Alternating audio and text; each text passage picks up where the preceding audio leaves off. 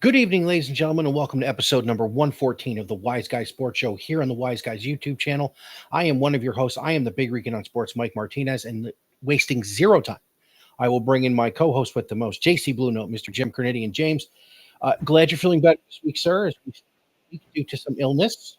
It was rough on Tuesday, that sinus thing. I had a little bit of a sinus thing on Saturday. It led into Father's Day, and then I woke up Monday, a little bit of a sore throat and everything, and then Tuesday it was just every time you coughed or sneezed, it felt like you wanted to be Rambo and just rip your own throat out. And that's terrible. Yeah, it was. I don't think my throat's ever hurt that bad. Dude, and then like it all cleared up. I mean, but if you hear me like hacking up a lung tonight, it's now in everything's kind of broken out, so it's got to get out phase. That's my least favorite phase of the whole thing. But glad to hear you're of sound voice and mind and partial body, I guess, because it's god awful out there right now, from what you were telling me. For those of you where Michael's at, it's hot year round. Where I'm at in Cleveland, it's still 91 degrees at 8:45, and we've got a heat index of 104 coming tomorrow. They're telling people if you don't have to go outside, don't. Yeah, I always loved when Mark Johnson or Dick Goddard always said that. That was always fun. But James, even though we had the week off, it's not as action-packed a show as you would think. There is some current events going on as Game 7 of the NBA Finals is going on. As we speak right now, slim lead for the home team, if I looked at it correctly before. Yep, 34-32 with about 7.5 to go in the second quarter. Thunder up, looking to hold serve, but we will talk about that in the hat trick tonight. But the show is not meant as a slight to Michael, but I can't say we are the champions because we didn't win anything. But this is typically, the good thing about missing last week is that really, instead of actually talking about leading up to teams winning and having really not a whole lot of content for last week, now at least we do, because we crowned one champion. We crowned a second one on Father's Day in a major golf championship, and we're going to crown another one shortly after we go off the air tonight. And another one was crowned this afternoon. So what do you say we get to the hat trick and jump right into the rah-rahing for the first set of champions we're going to discuss?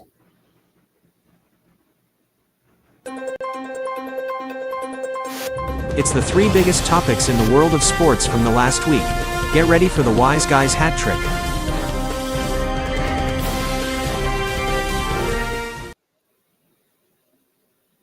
And in honor of our first topic, they're going to get several of these tonight. As a matter of fact, since they were the only champion that got crowned, I think they may be all 3 goal horns tonight.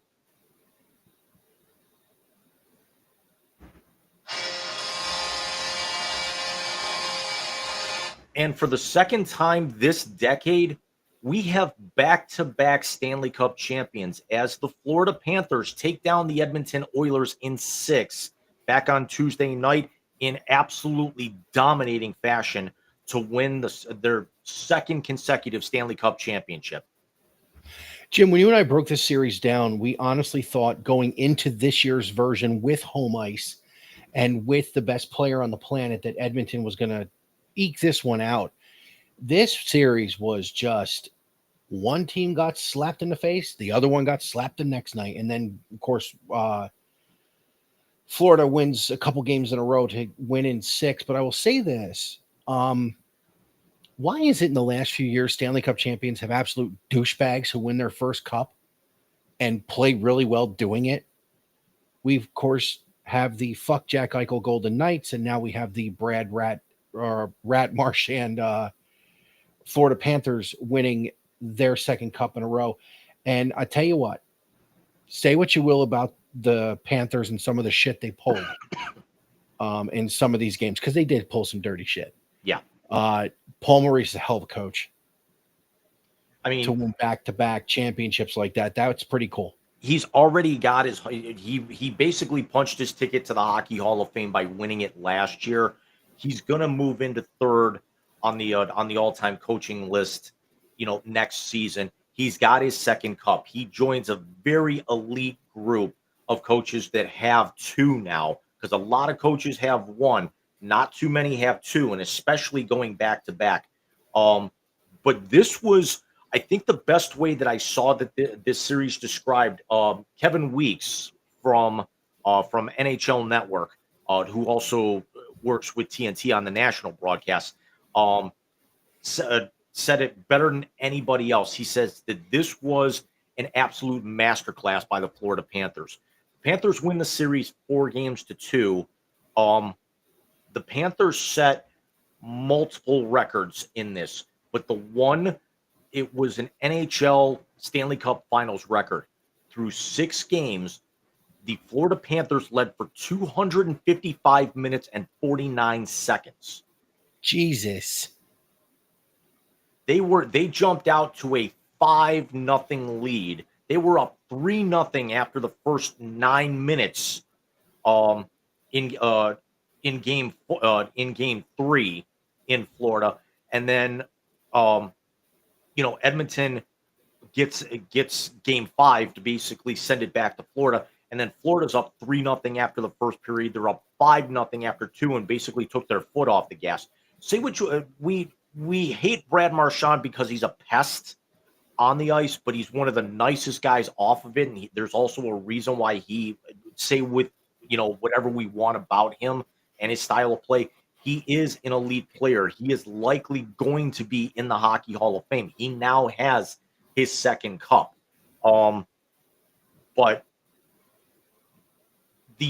everyone was hoping for Edmonton with this to be able to see them kind of right the wrong of last year. It didn't happen, but I got to say, I don't really have a problem with the Panthers winning on Tuesday night. No, me neither. I would love to have seen Game 7. Of course, Game 7, the 2 greatest words in sports. What I'd love to have seen a Game 7, especially in Stanley Cup. I mean, there's something about in the Stanley Cup Finals having a Game 7. But listen, this is a good Florida team. As I said, they pulled some shit that just rubbed me the wrong way, and we had spoken about it previously. But their coach redeems them. And the job that he did. Now, he wasn't the coach when they went to the finals 3 years ago, right? Yes, he was. Paul Maurice Paul Maurice was fired. Paul Maurice stepped down from his job in Winnipeg and then took over Florida shortly thereafter, the following off season. And then look at the dominance of the state of Florida, Michael. The last 6 Eastern Conference Finals representatives have all come out of your neighboring state. The Panthers have been to the last 3, and Tampa went to the 3 before that. And I'd like to pose the question here for you. I saw this online, and I'd like to get your take.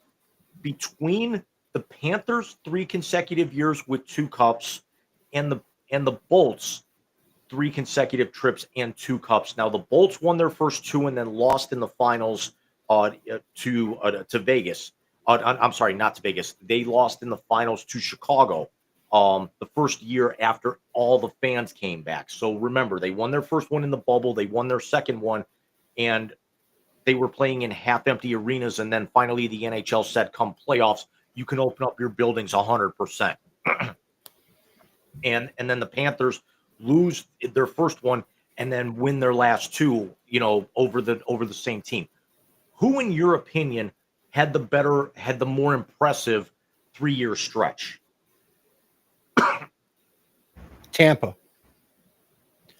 And the reason I say that is I actually listened to what the players said about how difficult the bubble actually was.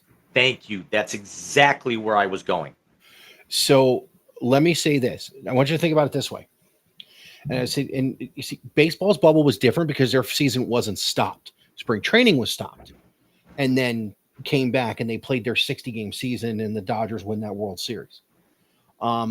Here's the difference: the NBA and the NHL were mid-season.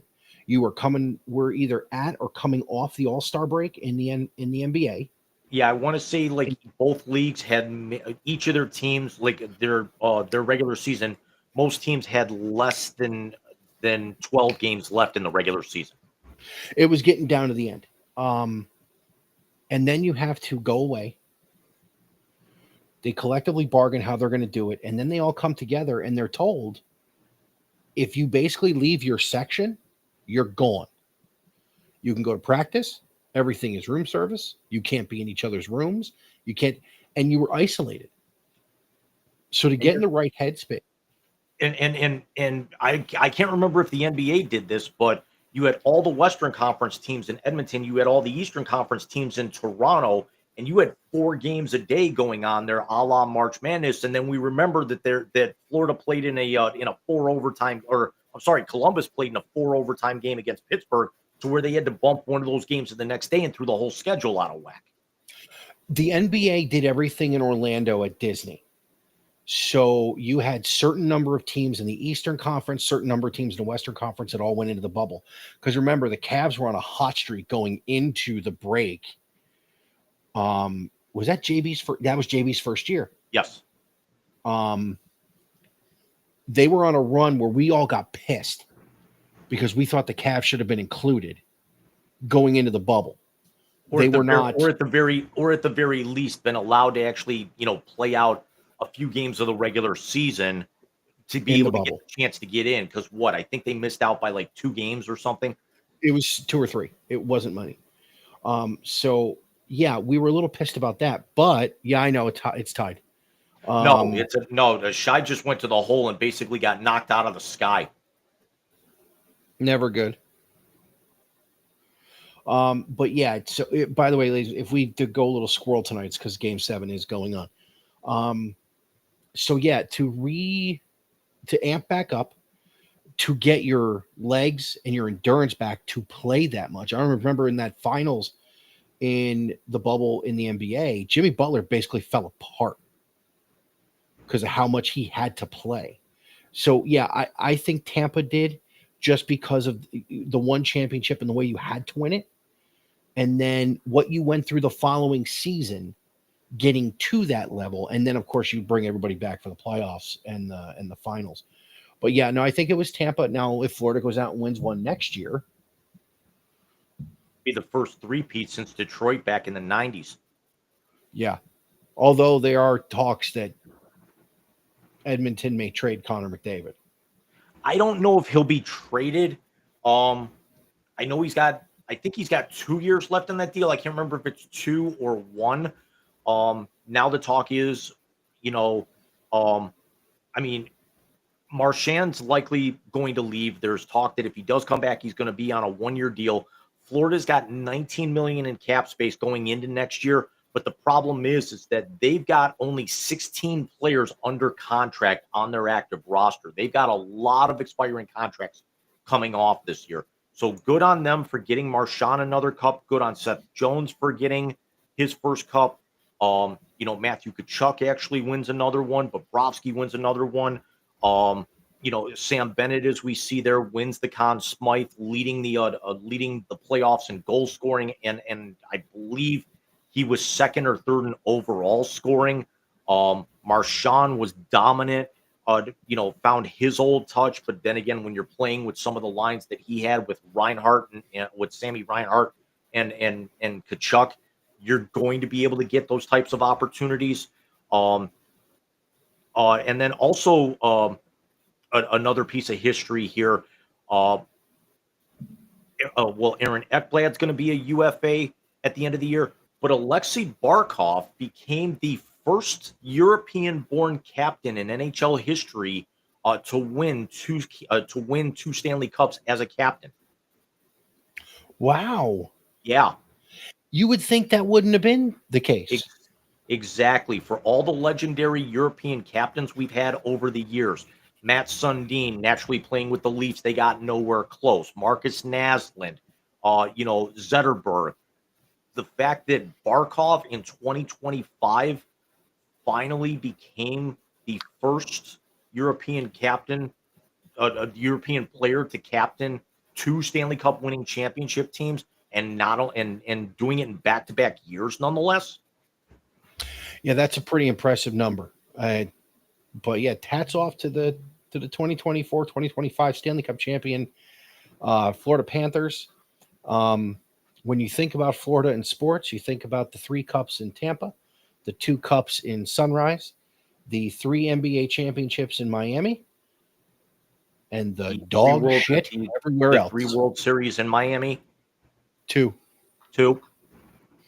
The 2 World Series in Miami, and that's it.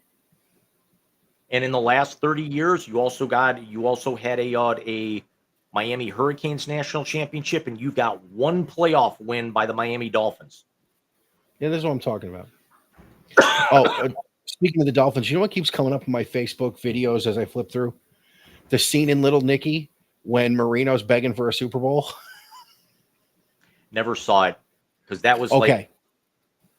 Apparently I didn't miss much because that was in Sandler's, era where he was just doing anything to be able to pump out a picture. It was the back end of the amazing run that was Billy Madison, Happy Gilmore. It was right before. It was after Happy Gilmore, before Grown Ups. So Dan Marino goes and tries to sell his soul to win a Super Bowl. Harvey Keitel plays the devil. And Marino goes, come on. And Harvey Keitel says, Dan, you're too good of a person for me to do that. He goes, you did it for Namath. He goes, Joe was coming here anyway. We all know that. And so he leaves, and as he's leaving, Marino goes, I'm going to go as a broadcaster and win an Emmy. He goes, there you go, Dan. And Sandler's Little Nicky comes up. Which he does as part of the NFL Today on multiple occasions. Yeah. So then Nicky comes out and goes, you're a good devil, Dad. Yes, I am, but I'm also a Jet fan. A couple of more very quick notes to close out this segment and put a bow on the 2024-2025 NHL season. Sam Bennett is a free agent as the Conn Smythe winner. He's expected to come back. Going into next year already, depending on what sportsbook you're looking at, the 4 favorites in no particular order are the Cats, the Avalanche, the Hurricanes, and the Oilers. But where the Oilers go from here, because you got to figure they're going to probably go out and look to grab a big name free agent goaltender. And then also Evander Kane was given a game misconduct for slashing Tkachuk with 2:13 left in the third period and did not come back out for the handshake line. That's a bit of a dick move. That's Bush League right there. He also it was the second time that Kane got the gate in this series because he slashed Carter Verhaeghe in the face while on the ice in Game 3 and got tossed out in Florida. Yeah, that's people like that. If they really don't deserve to play at that level, And final note, we talked a couple of weeks ago when just before the series began that this was actually the only the fifth or sixth time that we had the same two teams meeting in the finals in back-to-back years, but it's only now the third time in history that the same team has won those back-to-back finals, and the other two were both the Montreal Canadiens when they beat the Boston Bruins in 77 and 78, and then beat my Blues in 68 and 69. But I don't want to really, and this is not me playing homerism because of because of the jersey behind me, but that was right after the NHL expanded from 6 to 12. And what they did is the six expansion teams, they put them all into their own conference, and none of those teams broke through, I want to say, until the Flyers in 74 when they all expanded in 67. So the original six were all one conference, and then all of these new teams that didn't expect to really contend, you had to have somebody go through. So the Blues, even though they won the Western Conference at their first 3 years in the league, if you would have put them all in standings, the Blues would have finished like seventh. Really? Yeah. Well, it wasn't Eastern Western. Then why do I remember the names Prince of Wales and Campbell? That's actually I mean, that goes way back to some of the founding fathers of the NHL. Yeah, but that was even when we were. Remember, you actually used to have like the Patrick divisions, before they actually went to geographic. Like when we were growing up, I want to say in the mid '90s, then they finally went to East and West versus Campbell and Prince of Wales. Yeah, Campbell and Wales conferences. So it's kind of like how the NHL was really one of the first ones to really take naming trophies after legendary players, or people in your league, in terms of foundational, whereas now every award's named after a founding father or a legendary player. The Bill Russell NBA Finals Award is going to be given out in about 2 hours. And then LeBron James is going to have an award named after him before too long. I wouldn't be surprised if like the NBA like renamed the yearly scoring award the LeBron James Award or something like that. Michael will eventually get an award named after him. Well, because it's the Magic Johnson Western Conference Finals MVP and the Larry Bird Eastern Conference Finals MVP, right? Right. Okay.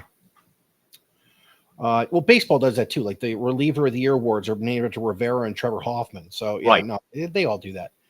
But yes, again, hats off to the Cats. We look forward to our NHL preview come late September this year. But Jim, we've got two more topics to get to. This is me all excited because apparently on Tuesday they are changing their logo, and that jersey might be a collector's item because I hear that their threads are changing up. Well, we will have to do a thread count on the new jersey next week. Yes, absolutely, we will, because I will be getting one. I will probably have it in time for our 2025-2026 preview. In addition to possibly a Mammoth jersey. Jesus. Well, let's get to topic number 2. What do you say?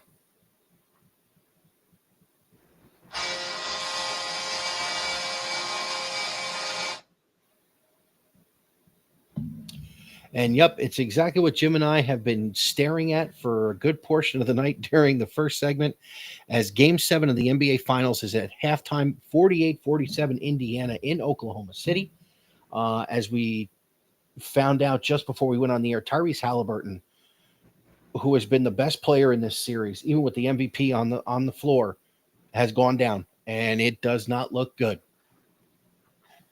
He was just officially ruled out about within the last 5 to 8 minutes. He went to go around Shai Gilgeous-Alexander on 2 different possessions, both in the second quarter. Stumbled on the first one and may have re-aggravated the ankle injury, and then on the second one just completely collapsed to the floor. The largest, and it's as ABC just puts up the graphic, the largest lead for either team tonight has been 5, 10 lead changes, 9 ties. But there's a lot of people out there already saying, everyone from LeBron to Luca, to really every major player that's on social media just saying damn, or that sucks, or best wishes for Tyrese, because if it's not a torn ACL, it's an Achilles, and he's certainly not going to be ready for the start of next year. He's not going to play next year. Can almost guarantee it. If it's an Achilles, he will not play next year. If it's a torn ACL, he might be back by the All-Star break. Yeah, and again, we hope that it's not as severe as it looks. If it is, let's talk about, maybe one of the greatest postseason runs we've ever seen. Yeah, what he has done. Yeah, you and I actually talked about this just before we went on the air tonight. We posed the question a few minutes ago: who had the better run between the Panthers' 3-year run and the Lightning's 3-year run? Michael, with you wearing the Cavaliers championship gear, as this is the 9-year anniversary, as the 9-year anniversary was officially just a couple of days ago, but this is also the first time the NBA's had a Game 7 in the finals since 2016. So let's explore the idea here with Halliburton out. If the Pacers are able to win this game, as he went down with about 7.5 minutes left to go in the second quarter, and the Pacers have played fantastic defense and are shooting very well, they are essentially kind of outplaying the 68-win Oklahoma City Thunder in their barn. I'm not saying we can both agree that the Cavs upsetting the Warriors, coming back from 3-1 down and winning on their floor, is the better playoff overall choke by the Warriors. But what would be a bigger Game 7 choke? The Warriors losing on their home floor in a game that was hotly contested, where the Warriors' biggest lead was 10, or if the Pacers win tonight, missing their best player for the entire second half and most of the second quarter. The Warriors still, and it's not because I'm a Cavs fan. I want to put some perspective on it. The Golden State Warriors hadn't lost 2 games in a row at home in 3 years. Before games 5 and 7 of the 2016 NBA Finals. Let's talk about what they allowed as a team that played very good defense, that team, especially at home. But here's what they allowed. They allowed the first time ever for 2 teammates to score 40 points or more in the same game in NBA Finals history. And then they allowed only the 3rd triple-double in Game 7 history to LeBron in that Game 7 win by Cleveland. Jim, as much as losing Tyrese tonight in the second quarter of Game 7 will hurt this team, probably more going down the stretch, because they don't have that guy that can score at will like Oklahoma City does in SGA. Watching a near fully healthy, and remember, Andrew Bogut got hurt in that series, so a near fully healthy Golden State Warriors team lose 3 in a row for the first time since 2012, I think. That's a bigger choke job, especially. Well, it's let me rephrase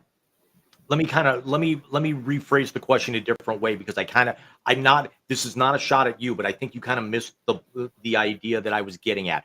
We know that if the Pacers win this series, there's still no doubt that the Warriors blowing the finals is a bigger choke than the Thunder blowing the finals, because the Thunder were down.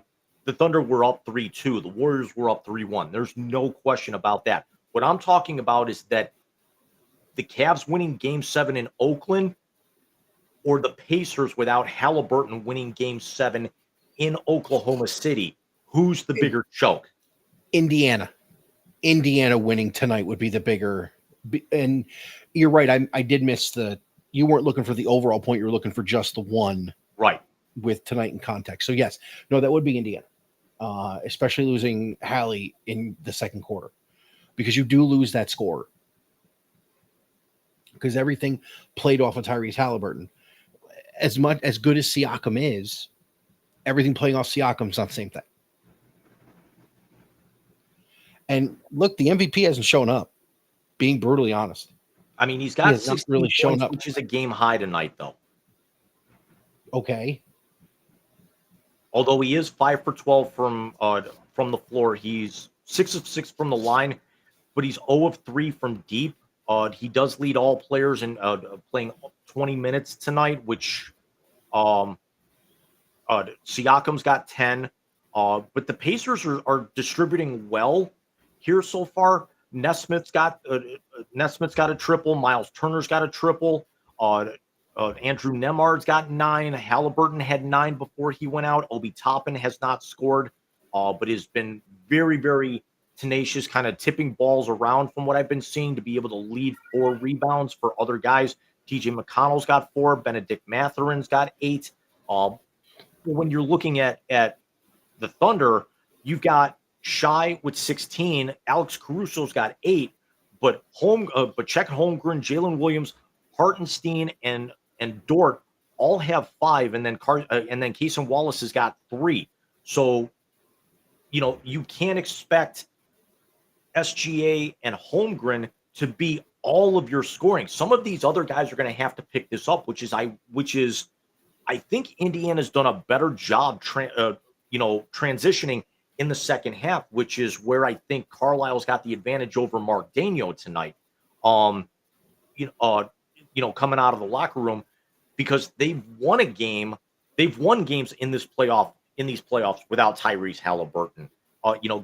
Namely the Knicks series, going into New York and winning a game there late in that series. It's certainly not game 7. It's certainly not the final game of the entire season. It's certainly not somebody who's going to be hoisting a trophy, a banner, and getting jewelry afterwards, or even more expensive jewelry, I should say, because the Patriots are going to get jewelry as well.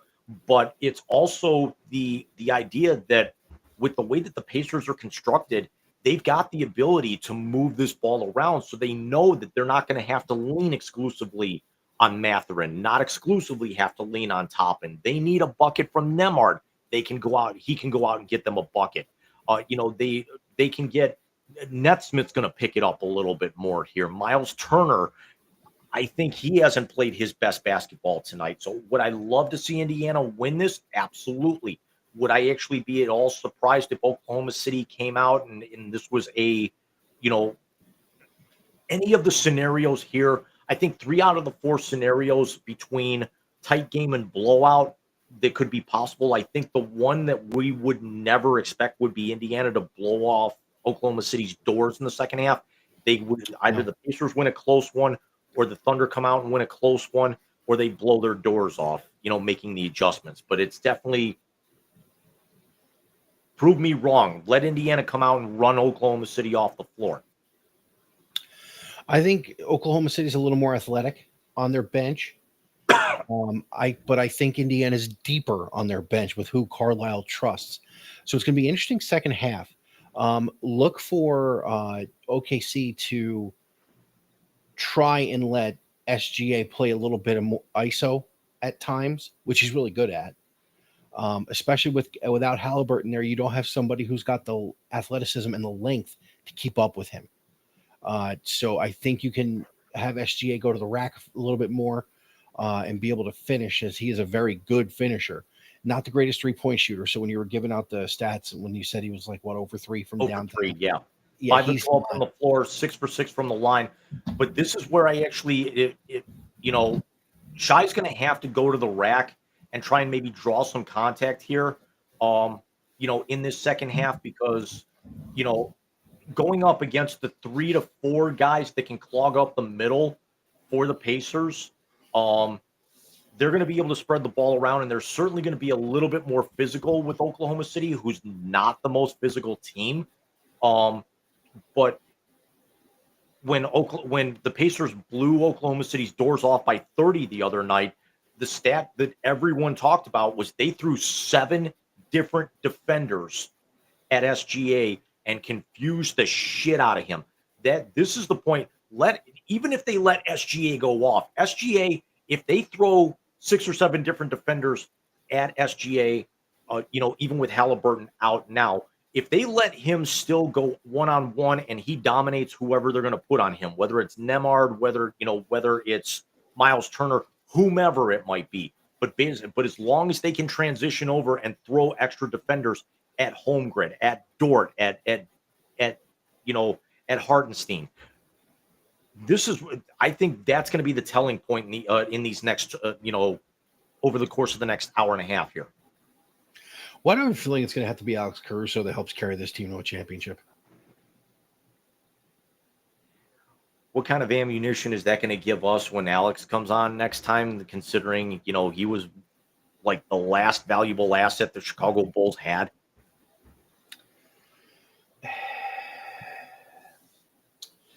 He's, we pick on him enough. But listen, I anticipate a very good second half. I anticipate a worthy champion, either team being crowned. But let's get to topic number 3 and continue with basketball, but in a different way. And let's stay in the city of one of the teams involved tonight, and not to bury the lead, but you guys know where we're going to go with this. At least I hope you do.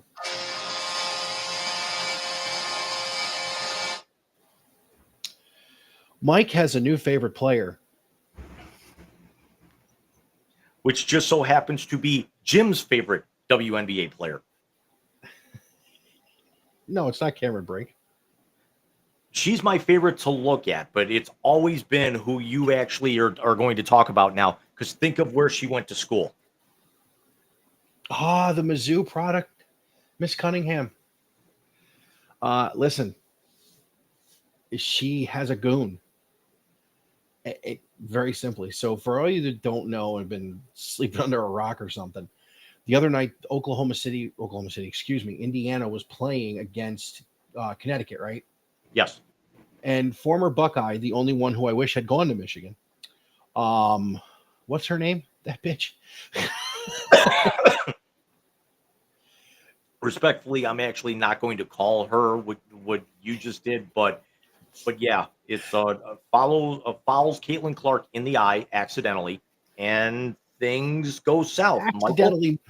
Accidentally, my ass, dude. I've seen more accidental eye pokes from fucking Dusty Rhodes on people. It looked like something out of the Stooges.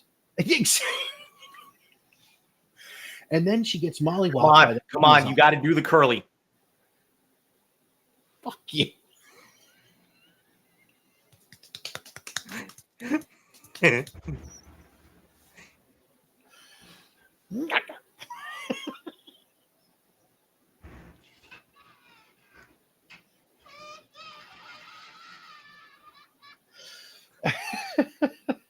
That makes you Shemp.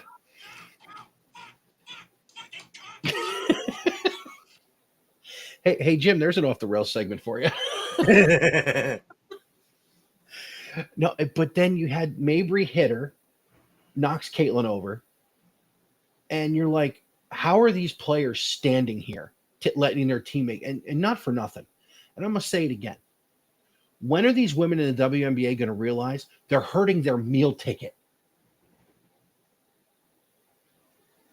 When are they going to get it?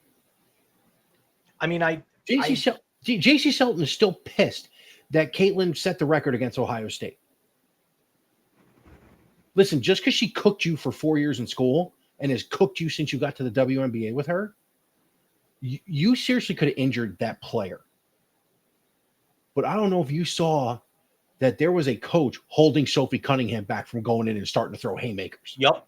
Yeah, and especially after Sophie closed out, the latter part of that game, wrapping somebody up and turned into another.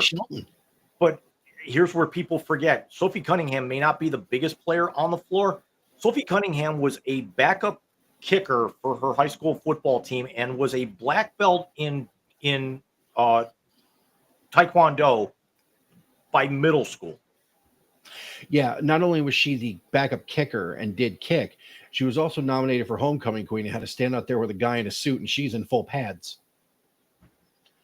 So JC Shelton is driving to the hoop toward the end of the game. And by the way, if you look at that play, she was going after her. I mean, you could actually. She certainly was looking to wrap up. She did not really make a. No. Shelton did not go to shoot that ball. Shelton went shoulder first into Sophie Cunningham's chest. She was looking for contact. As we are underway now, officially in the second half. Yep. And Sophie Cunningham grabbed her by the neck and tossed her ass on the ground. And when Shelton's teammates from the Connecticut Sun came over to intervene, Shelton got up, Sophie grabbed her by the head and went to put her to sleep.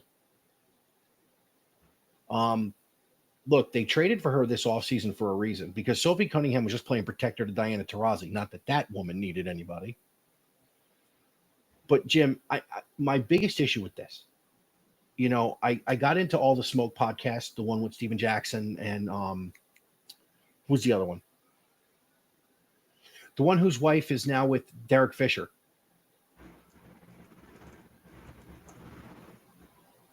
Matt Barnes. Okay. And by the way, they're really, really good. You got to watch the one with Cheryl Miller, which she talks about the time Reggie beat her finally. It's hilarious. But they just had Cynthia Cooper on.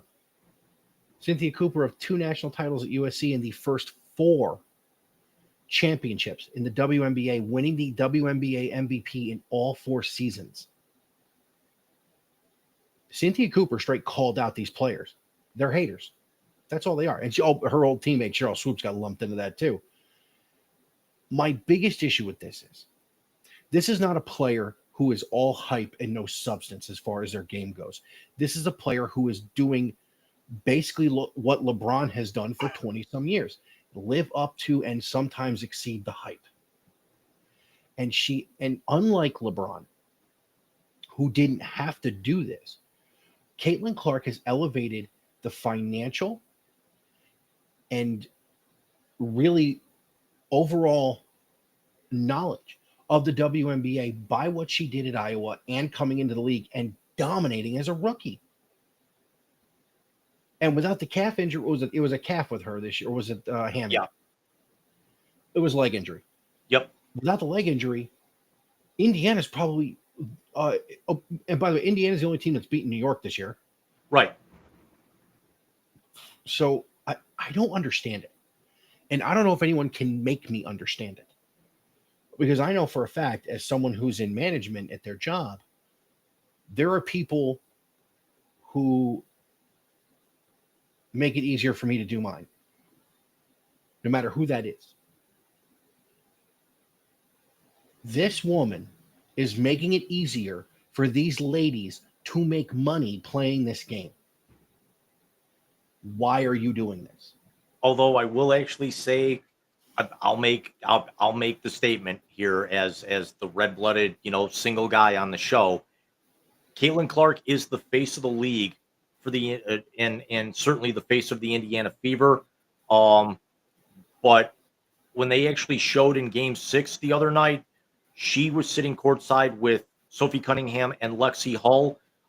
Yeah, they're doing just fine on their own from their marketability standpoint. Agreed. And that's the one thing I will say too, is I think with the social media age and with what these women are getting with college and NIL and all this other stuff, yes, you see people doing things differently. And again, it doesn't hurt that a lot of these women who are world-class athletes are easy on the eyes as well. It doesn't hurt. We spoke the other day of that hilarious interaction between Kelsey Plum and Cameron Brink. Yeah. When the Twitter troll said that they couldn't start practice because they came in the same outfit. And Kelsey said, retweet that so I can call you a bitch. And and a lot of the women playing in the WNBA now, and I don't remember it being like this. And again, it was before podcasts. The internet was really just getting underway when we were talking about it the first time. They're more personable. They seem more real as opposed to just ladies playing basketball. you actually are flushing out who the person is, and I love it. I absolutely adore it. I do. Because you know what they're being right now? What? Insubordinate and churlish. Hit it again. Hit it again. Insubordinate and churlish.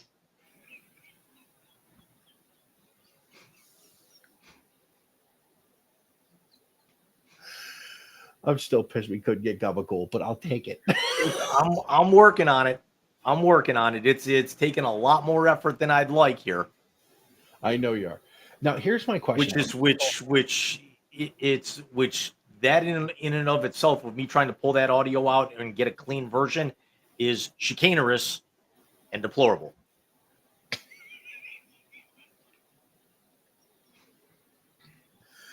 Oh, James, I love it. But now let me ask you a serious question.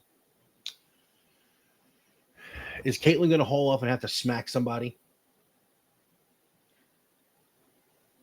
She's human, so she is going to have a breaking point, but she's also got to realize that if she does, she's going to get tossed out. She's going to cost her team a game unless they're up big, because she's also going to get sat for at least another game after that.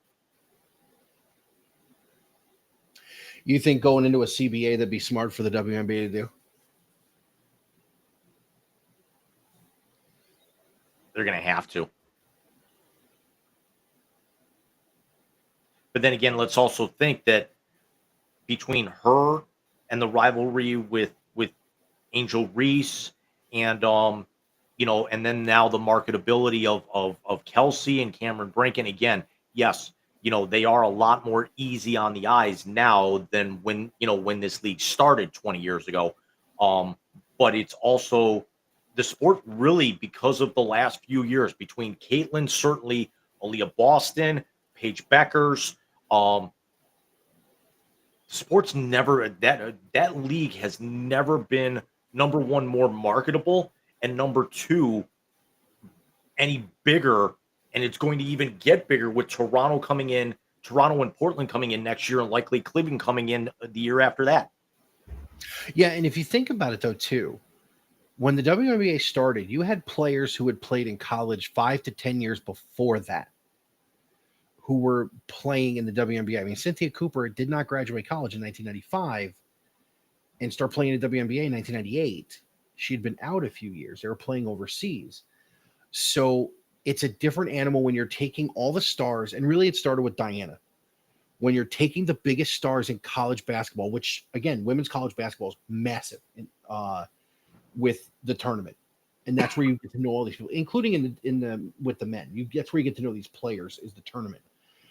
But you're taking the biggest players in the tournament and you're putting them into the professional league less than 8 weeks after the tournament's over, and they're playing again. Yeah, because you had the same thing with the PWHL when they started up last year, is that this year, yeah, you did have a draft, but it's like you're taking a folding Canadians Professional Women's League, and you're taking a bunch of those players along with U.S. college players, along with Canadian semi-pro or Canadian women's players coming out, and also European, and trying to actually form a league with just 6 teams. I mean, thankfully they expand to 8, here in the fall. But yeah, it's going to be the PWHL has got the same level of growth and the same problem that the WNBA did, 15 years ago, at least for the first 5 years, until they can expand out a little bit and actually make it, I don't want to say more marketable, but certainly more sustainable with the business model. Agreed. They have a watershed moment coming next year when the CBA is up. Because I think what you're going to have to do is, and this is something I heard Cheryl Miller, who was the All-Star game coach of that WNBA All-Star team that beat the hell out of the Olympic team. She said, college is where these women are going to make their money. The W is where they're going to make their fame. Well, guess what? With brands outside of the league, like a Cameron Brink, like a Caitlin Clark, unfortunately, like the Bricklayer, and, with all their endorsements and all their notoriety, you're going to have to start paying them. Yeah. Yeah, I completely agree. It's the joke. I think the joke that somebody made, and it was incredibly distasteful. But I'm like, there's some truth to that.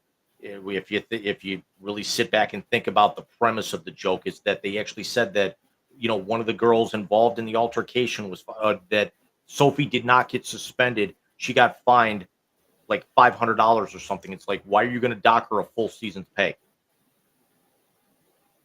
It's a fucked up joke, but it's borderline true. Because I mean, with NIL, she would have made more money.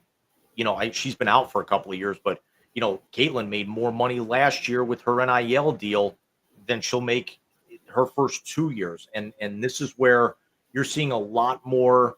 Um, you're seeing a lot more talk that with the next CBA and the fact that the league is expanding. There's definitely going to be a lot more revenue sharing amongst the players when that thing kicks in. So at least these girls are going to start getting. They're no way, shape, or form are they going to be paid anywhere near what the men are, but it's certainly going to be a better ratio. Agreed. And I think what Kelsey Plum had said it, I don't remember what podcast she was on, but Kelsey had said is they're looking for the same percentages. They know the money's not going to be the same because the NBA is this massive, Right. humongous, they print it. But they are looking for the same percentage in revenue sharing. And I think that's fair. Because you see, in the NBA, you have iconic franchises. You have the Los Angeles Lakers, who have been sold, and you have the Boston Celtics. You have name recognition of franchises like the Miami Heat. Because of his two stints there, everybody in the world knows who the Cleveland Cavaliers are. The WNBA is not franchise recognition. It is player recognition. And really, it's one or two players carrying that league as far as recognition goes. And these owners in this league need to understand you're not going to be able to keep them here playing when they can go overseas, make their brand bigger, and make more money. Because you've got 13 teams in the WNBA now, expanding to 15, expanding to 14 next year, and then 16 in 26. Again, with Toronto coming in.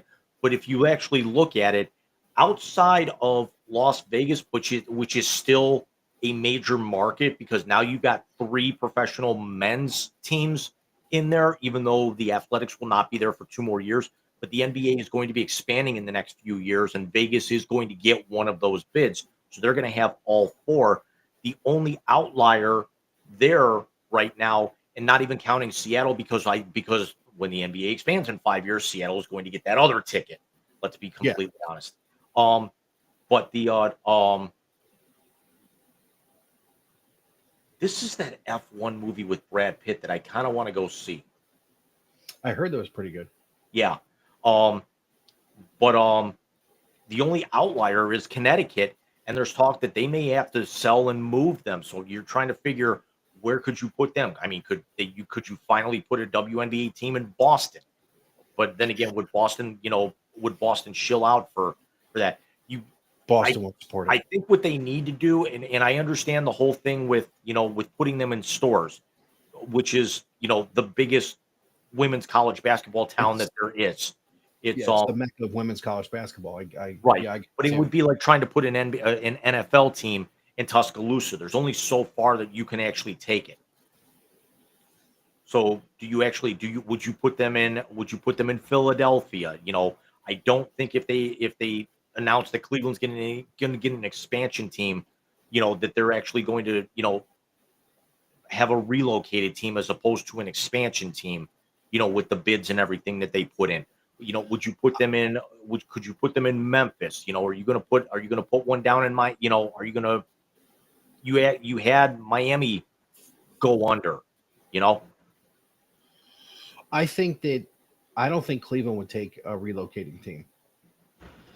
I think I think that they would, to an extent, just to be able to get a seat at the table. I mean, I get that, but I think with Cleveland's history of teams leaving, a biggest note There is the Browns secondary. It's of course the Rockers folding. Um, I don't think Cleveland would take a move team just because it's not who Cleveland is. And I'm not saying that as a derogatory thing. I'm saying it as an actual positive thing. They don't want to do to somebody else what somebody else did to them. So that's why I say it like that. But yeah, no, the WNBA is at a crossroads with this CBA. It's not going to be good if they strike because this isn't the NBA and it's not Major League Baseball and it's not the NFL and it's not the NHL. You're going to lose fans. You're going to lose momentum. You're going to lose notoriety and you're going to lose players. Yeah. So As but the we are Thunder are up 7 now, as Indiana just scores a bucket, and they actually just came off their largest lead of the game, hitting threes on 3 consecutive trips down the floor. So if this actually continues, because now Oklahoma City can't miss. I'm not saying that this is going to get ugly, but they're going to be able to kind of push this out a little bit and just kind of sit on it. But we'll Yeah. see. We'll see, as we get ready for halftime here. So yeah, what do you say we take our halftime? I have to feed the cats during halftime, to be very honest. Yeah, and I with got to you. go take my pill and get a couple of bottles of water just with the humidity. I do too, but I take that pill that, so I need to too. But We'll see we you will guys. be back and We'll see you guys in 5 minutes. see you in 5 minutes.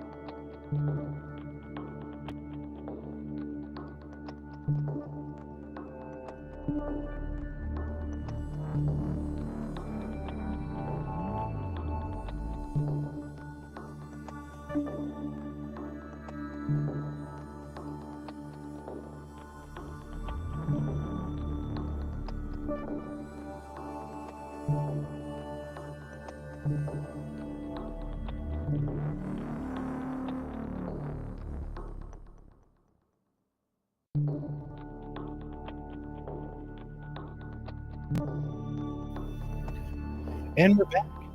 Welcome back. Yeah. Cats are As fed. Water's TJ down. McConnell took over this game for a few minutes, and then the Thunder have now gone back-to-back turnovers. TJ McConnell had 10 straight points for the Pacers just a few moments ago. Jeez.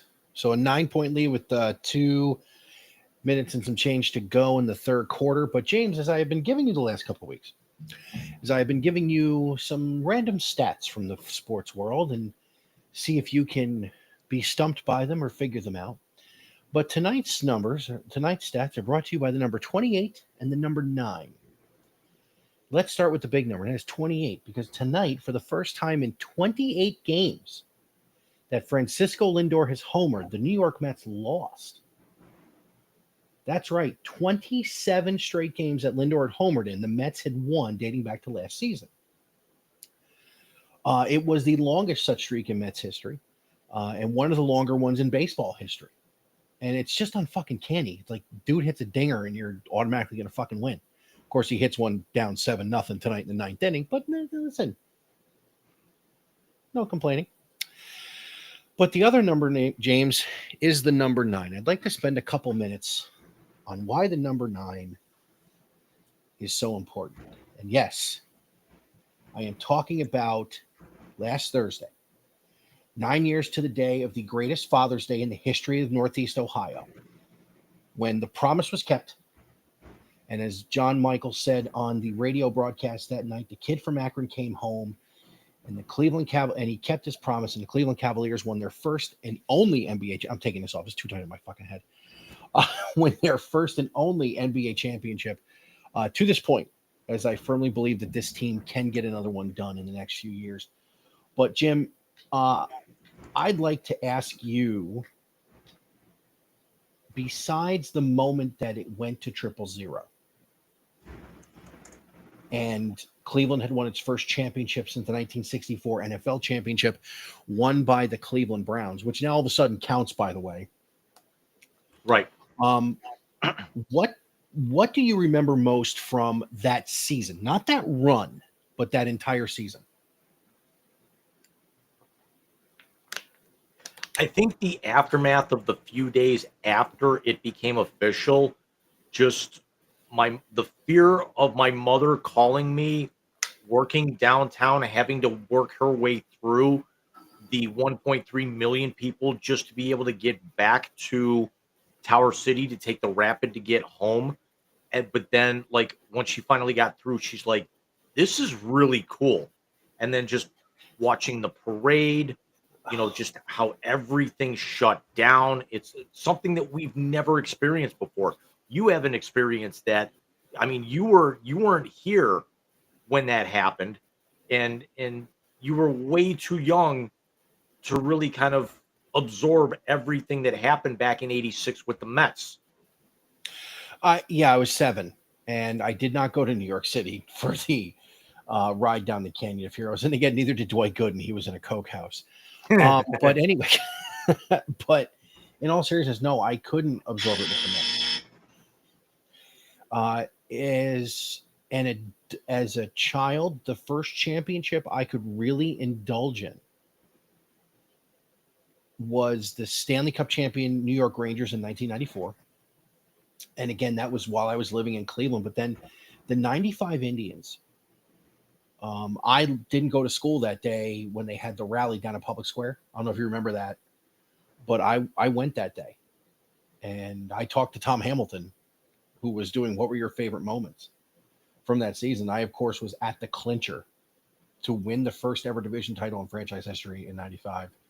But my favorite moment of the 2016, the whole thing, actually happened the day of the parade, where our good friend Nick Credes was working for the moving company that was clearing out the arena for that year's Republican National Convention. And his boss looked, Pardon me for a minute. You mentioned that, and I kind of have to. Where the fuck did that go? Never mind. Carry on. I was actually going to play the obvious clip, but somehow, some way, it has disappeared off my soundboard. I apologize. For being with the pygmies and. Amen. Oh, by the way, we have another topic to talk about at the end of the night that we were supposed to talk about last week. 1, 2, 3, 4, 5. Oh, yes. It is. 1 second. I believe I fixed it. Quite frankly, I'm a worthless fucking fat ass who shits his pants. So, needless to say, as they're cleaning up stuff, their boss comes over and goes, "What in the hell are you doing here?" Quite frankly, I'm a Shit. I got it added back to the soundboard, but now I got to get it sorted properly. And it's not you do that. I'll saving tell it. the story. So they go running out and they head down the street where they see people are giving away T-shirts. And who's there giving away the T-shirts? But Charles Oakley and Shannon Sharp. So Nick, being the wise ass, goes, "Hey, Charles, I heard Chuck's landing at Hopkins. You're going to go pick him up?" Talking about Barkley. Charles Oakley turned his back on Nick with a scowl on his face. Shannon Sharp laughed so hard he was bent over in half. Charles Oakley called me out in front of an entire press room one night. Finish your story. I'll tell you this one. So Shannon, he says, "Hey, can I get a pic?" And Charles turns around and Shannon does one of these right to his face. That and when they got off. Say that again as I was hacking along over you. So Charles turned around, wouldn't look at him, and Shannon did one of these right in his face with a big smile. That and them getting off the plane. When they got off the plane, and you hear the guy, of course, and Leon Bibb is doing the news at this point in time, midday on Fox 8. You hear the guy say, "Leon, this isn't a great He was at point Channel for 5 back then. Or Channel 5, I'm sorry. Leon, this isn't a great time for my contacts to fog up. I'm just going to have to deal with it." Contacts didn't fog up because of the weather, and everybody knows that. Yeah. So why did Charles Oakley call you out in front of a press room, James? It was Michael's last game against the Cavs. We all start to head down early to the locker room because the game's already in hand at that point. So there's 150 people in the press room trying to actually get a good spot for when the players come back through. So this way, we can, when they start letting us in, naturally we can actually be some of the first towards the line. Everyone's going to get in the room. That's not going to be a problem. As the Thunder appear to be on the verge of wrapping this up, it is now 13 as we are basically at the end of the third quarter. So it's all a matter of how much, not when, at this point. So everyone is all the Wizards are now starting to file through. We've already seen the Cavs go past us. Um, and I'm seeing Jay Mariotti, I'm seeing Woody Page from around the horn, I'm seeing J.A. Adonde, I'm seeing all the local guys, I'm seeing Jim Donovan, I'm seeing Chuck Galletti. There's a name you haven't heard in a long time. I'm seeing Uncle Rizzo, and Uncle Rizzo is leans over to me, and and LeBron walks by, and LeBron is 17 and he's not eligible for the draft for another couple of months. He's good 3 months away from being from the Cavs taking him number one. And then the Wizards start coming back, and they've got to start maneuvering their way through this massive um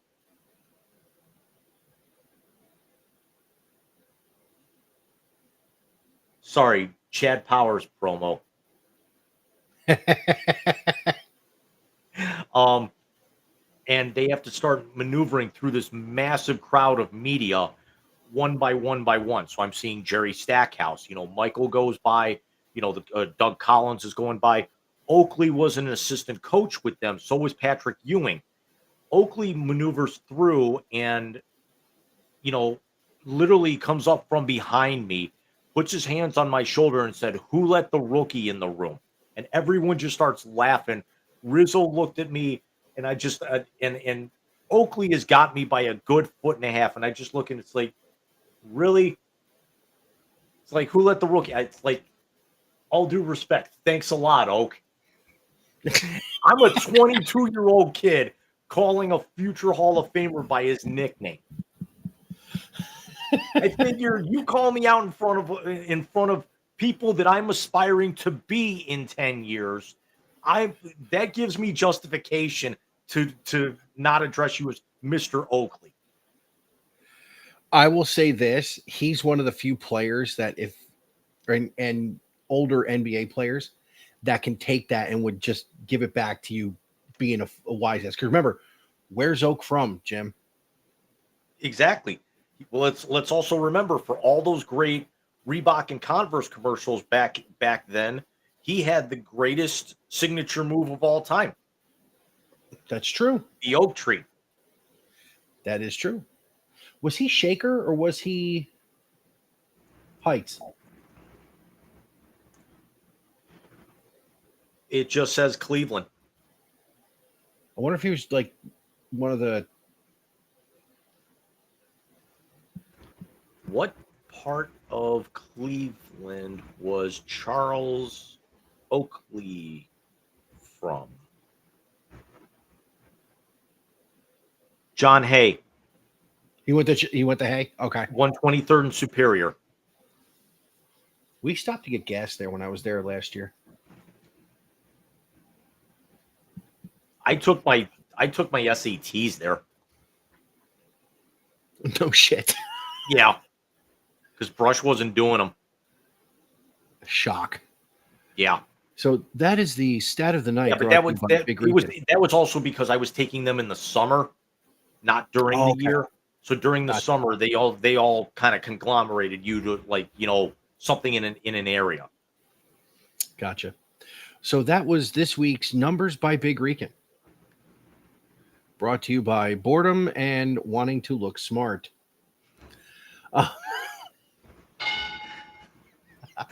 What do you say we get to the blast, buddy?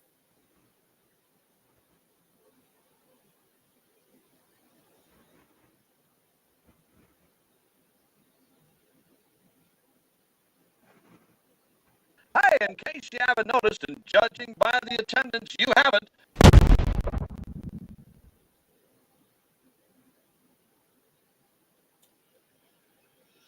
So tonight in the blast, we have a couple of things that we spoke about during the week, and we got to add one to the end, which we're not going to talk about yet. But let's start about the U.S. Open with what Jim and I have called the worst final round of golf either one of us has ever seen.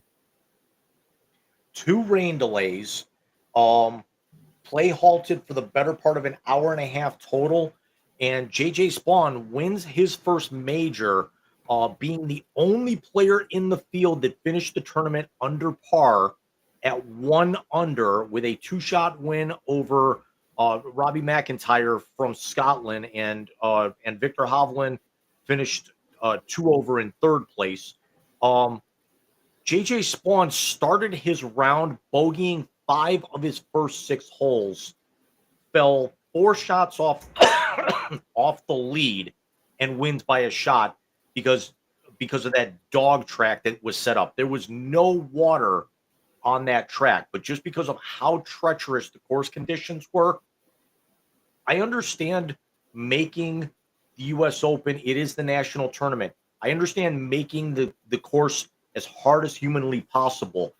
What we saw a week ago tonight on Father's Day wasn't golf. It wasn't entertaining. It basically made it look like hacker's paradise at your local par 3.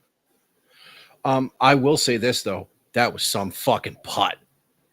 Oh yeah, it was arguably one of the 5 or 10 best walk-off long distance 18-hole putts I've ever seen in a tournament. I think it really only kind of compares to well, then again, Tiger didn't walk off on 18 because remember, he hit the big putt on 16 in that tournament, which was ironic considering every time they went to a rain delay, they were showing the original NBC coverage from Tiger and Rocco during the stoppages. Dude, real quick, sidebar on that. I actually banged out of work that Monday to watch Tiger and Rocco. It was 17 years ago. Statute of limitations is over, so I'm all right. Let's skip the second one, and if we could talk about 3 and 4 first, because number 2 is just fucking hilarious. John Jones has finally hung him up, and it wasn't a bad drug test that made him do it.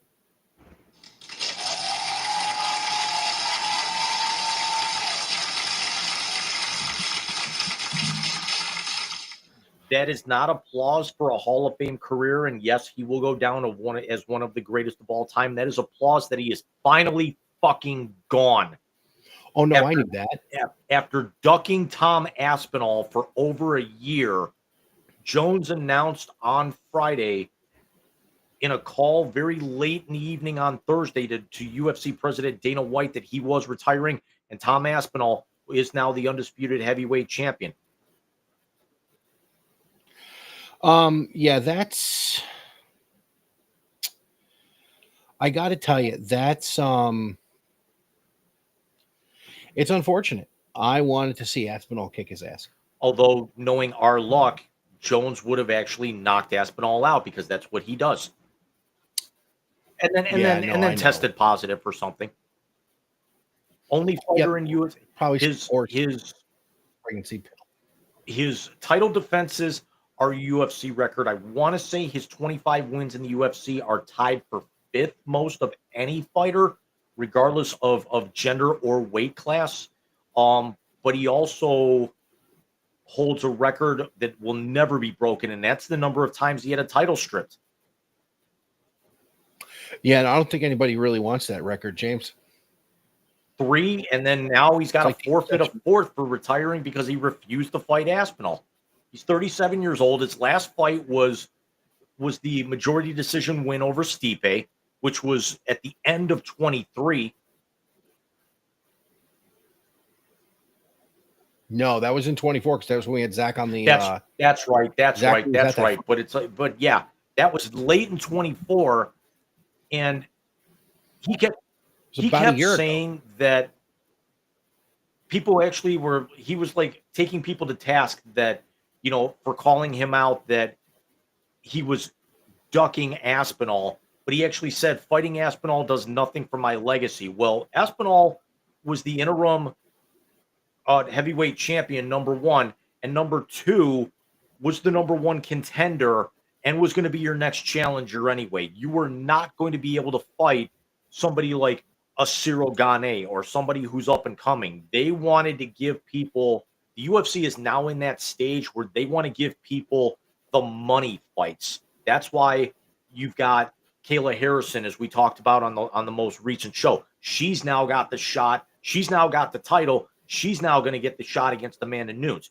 Nunes, yes, has been out of the game for 2 years. Nunes is the greatest of all time. This is now going to establish who is going to take the UFC into that, into the driver's seat for the next few years in that division. Even if Amanda Nunes comes back, wins the title, and then walks away, or even if they don't put the title on the line against Kayla Harrison. But people have been clamoring to see Aspinall against Jones for 2 years, and Jones decided it wasn't worth his legacy to fight Aspinall. Yeah, he needs to go, and he needed to go for a while now. So good riddance to bad rubbish. He's also my son will be. You figure saying that the 3 times he tested positive for banned substances, including one being a trace amount of cocaine, and then the legal aspects against him, because somebody earlier this month filed, which is now the second time somebody has actually filed suit against him for leaving the scene of an accident. Remember that he hit a pregnant woman and left the scene, and then came back to get his gun out of the car before fleeing. Which if Dana White and Zuffa Entertainment had any balls, that would have been the end of John Jones's career in the UFC. Much like when Conor McGregor threw a fucking chair through a windshield. Yeah. A bigger asshole, McGregor or Jones? Yes. Hit it. I'm here so I won't get fined. Because the problem is I couldn't get fined because I can't lose either way. I mean, this is one of those instances you flip the coin and it lands on its side. Yes, agreed. McGregor's had more legal aspects that have actually landed him in legitimate legal hot water. Jones has actually had a bunch of misdemeanors, but he's also committed the basic. He's got the equivalent of death penalty type cases. He's got the equivalent of, why do you still have a license when you've been cited for 7 DUIs in terms of his UFC career itself? Agreed. So let's chalk that up to good riddance to bad rubbish. And let's move on to the final one there, as LSU has won the Men's College World Series. I will say this, was Angel Hernandez behind the That's fucking what I plate actually today was hearing. in Omaha? That was terrible. For those who don't know, the head coach or the manager and the first base coach of Charlotte were thrown out. Coastal Carolina, excuse me. Were thrown out 3 pitches into the game. Or in the first inning, not 3 pitches, in the first inning of arguing balls and strikes. And if the pitch that I think was called a strike that the umpire got called out on, the fix was in. This was a slider that backed up inside to a right-handed hitter. The catcher comes up to throw as the runner at first base took off, blocking the umpire's view. If that was called a strike, dude, the fix was in. And the words that got the manager from Coastal thrown out was, "You missed 3. You missed 3 pitches." He didn't swear. He didn't go after him. He said, "You missed 3 pitches," and he threw him and he ran him. And that's when the guy snapped. Michael, as you're still talking about that, the graphic that you need me to put up, I can't remember. Did you text it or message me? That's a good question. Let me find the graphic. And which way would be easier if I sent it right now? No, I have it. I just got to remember which source I need to go into to grab it from. Okay. Text. 2 other aspects that we actually 3 if we can think about it. Rafael Devers traded. Massive. And you see he hit 2 bombs this weekend against And apparently Red now Sox. has no problem playing first base. If I asked. understand his point. I understand his point. And let me be clear. I am one person who believes that if a player is told what to do, you do it. However, he was told time and time and time again this offseason they were not going to pursue someone else to play third base with him there. And then they went out and signed Alex Bregman. So he was told something by management, and then they flipped script without going to him first. This is your highest paid player. This is a guy you got $250 million into for the next few years. Give him a heads up. Be cool about it. Other massive trade. Go ahead. Guess what? But guess what? They didn't do it. The other massive trade happened earlier yes, today, and that is Kevin Durant is now on to his 5th NBA team in a blockbuster deal involving the Phoenix Suns and the Houston Rockets. So the terms are that Durant will go to the Rockets for Jalen Green, Dylan Brooks, the number 10 pick in 2 weeks at the draft, and 5 second-round picks. And the second-round picks are 2 in 2026, 1 in 2030, and then 1 in 2032. And this is why draft picks mean absolutely nothing in the NBA anymore. If you are trading draft picks that are 5 and 7 years away. Agreed. As Kevin Durant the NBA note, real quick, congratulations to your 2025 NBA champion Oklahoma City Thunder if they have opened up an 18-point lead. I've got 21.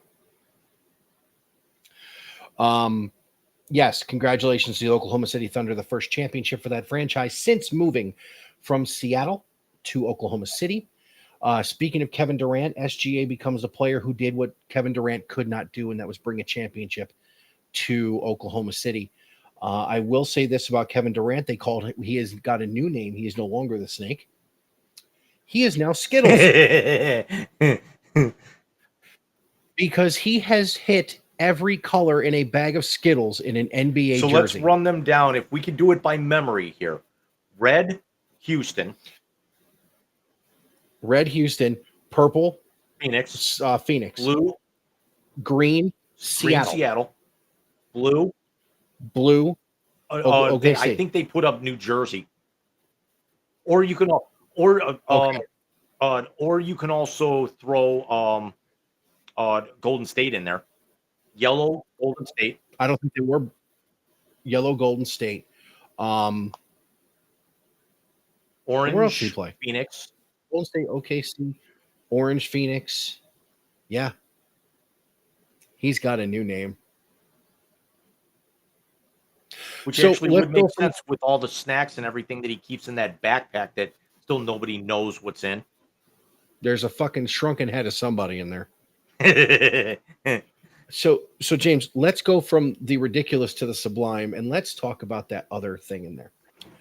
Now, James and I, and John for that matter, have a group chat going.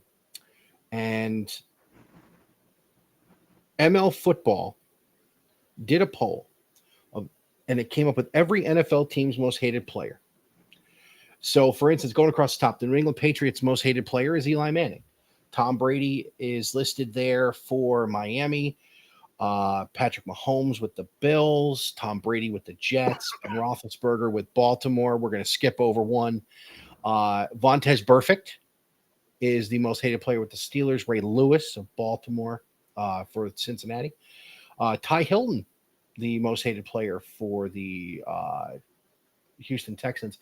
Brady again for the Colts. Derrick Henry for Jacksonville. Ben Roethlisberger for Tennessee. Phillip Rivers for Kansas City. Travis Kelce for the Raiders. Patrick Mahomes for the Bolts. Russell Wilson with the Broncos. T.O. with the Giants. Michael Irvin, the Eagles. Joe Montana, the Cowboys. Lawrence Taylor with the Washington Redskins / Commanders. Brady with the Rams. Rodgers with the Cardinals. Malcolm Butler, Seattle. Russell Wilson, San Francisco. Hey, same thing. Stephon Diggs, New Orleans. Yes. Matt Ryan with the Panthers. Yeah, Matt Ryan was a problem. Drew Brees with the Tampa Bay Buccaneers. Again, yep. Tom Brady, most hated for the Atlanta Falcons. I would have said Michael Vick. That's just me. Aaron Rodgers for the Bears. Makes sense. And Ndamukong Suh for Green Bay. Again, makes sense. Aaron Rodgers for the Lions and Aaron Rodgers for the Minnesota Vikings. Now, we skipped one in the middle now, didn't we, James? Yes, we did. We're going to take some umbrage with some of the names on here, but I think there's one that we can collectively agree on, and it's the one that we omitted. Michael, please take this away. So we omitted one, and that was the Cleveland Browns, because as the most Browns fucking thing you could have is that the Cleveland Browns are the only franchise where the most hated player in franchise history is on the fucking roster. I mean, arguably, you could also say with the Broncos with Russell Wilson, but that was a 1-year cup of coffee. I think he was there too, but when this was done, he was not on the roster. Yeah, but the other, but and let's go through and let's say that we're going to take umbrage with some of the, as a former Broncos fan, I don't really have I have a big problem putting Russell Wilson there. I would actually think it would be Phil Simms or Wilbur Marshall or somebody from one of those teams when they lost the 3 Super Bowls back in the 80s. Yeah, I agree with you there. I would say I personally would have said shit, who was the guy? I would have said Doug Williams. Because that was the game they should have won. Yeah, it is. As a Rams fan, I could say Tom Brady, but I would also say probably Joe Montana, because of the fact that the Rams went to 3 NFC Championship games in the late 80s or early 90s and lost to the 49ers in all 3 of them. Agreed. I was going to say Chris Everett, but I didn't. That's for the title of the episode. Anyway. So You're a dick. You know what, with Pittsburgh? I fixed the volume. With Pittsburgh, I'd almost say in there I would have said Brady. Because they had a bunch of times they could have gone to a Super Bowl that Brady beat them. There's part of me that actually could have said, now if we're actually playing, if we're talking about as long as we've really kind of been alive, you could have made a case for Bernie Kosar, but we also got to remember back in the 1980s the Steelers were not very good. No, we're not. You could have actually said, Larry Allen, for costing them a Super Bowl late. With Neil O'Donnell. He was terrible. But more recently, you could almost make a case that you could say Lamar. Yep, you could say. I'm actually stunned that Lamar's not on this list for somebody. I'm not, because let's be honest, Lamar, and again, this is not a shot at Lamar, but Lamar's best work has been done in the regular season. A lot of this stuff here is about playoff success and or guys who injured other guys. I mean, if you talk about that, Lawrence Taylor's most hated because of what he did at Joe Theismann. Yeah, there's really no denying that. Derrick Henry is the most hated for Jacksonville because of what he did to them in the playoffs and in the regular season, for that matter. Roethlisberger taking Tennessee out a couple of times from winning playoff games. T.Y. Hilton, I said Ty Hilton. I'm sorry, I meant T.Y. Hilton for Houston. I don't get that one either. I almost would have said Josh Allen for Houston. Yeah, but that's only in the last couple of years. Yeah, I mean, I would almost say Brady for the Bills too, but Patrick Mahomes has beaten them. How many AFC championships? Is it 3? 3 out of the last 4, yeah. And again, I'm not saying that to be an ass. I'm just putting context on it. But James, who is the most hated player for the Cleveland Browns. This list is saying Deshaun Watson as a lifelong Browns fan. I'm saying because of how fresh it is and how far he set back the franchise now, there's no denying that. But for my lifetime, Deshaun Watson's not even close. But I will say this, that whoever put this together put Deshaun Watson ahead of anyone who has stepped into the uniform for the Pittsburgh Steelers, for the Cincinnati Bengals, and more importantly, did you get him? Yeah. Good. And more importantly, for the Baltimore Ravens. Not the person who I am thinking of is not even on one of those three teams. Who were you thinking of? John Elway. Elway, that's what John said too. I agree with you. Elway is the most hated player in Browns history, but I will say this. They're not wrong. They're not wrong. But isn't it the most Browns thing it could be to have a active player be the most hated in franchise history, James? There's really not an issue. I think could you really say Ndamukong Suh for the Packers?